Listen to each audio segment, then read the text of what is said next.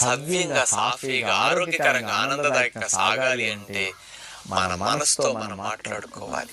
మన మనసును అంతర్ముఖం చేసి మన లోపలికి మనం వెళ్ళి మన జీవితాన్ని ఇలా నాశనం చేసే బలహీనతలు ఏమున్నాయో వాటిని మనం తొలగించుకునే ప్రయత్నం చేయాలి.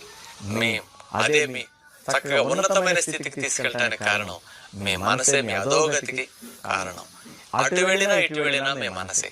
ఎవరైనా సమాజంలో బాగా చెడిపోయి బాధలు పడుతున్నారంటే వాళ్ళ మనసు వాళ్ళు అట్లా అయిపోయారు.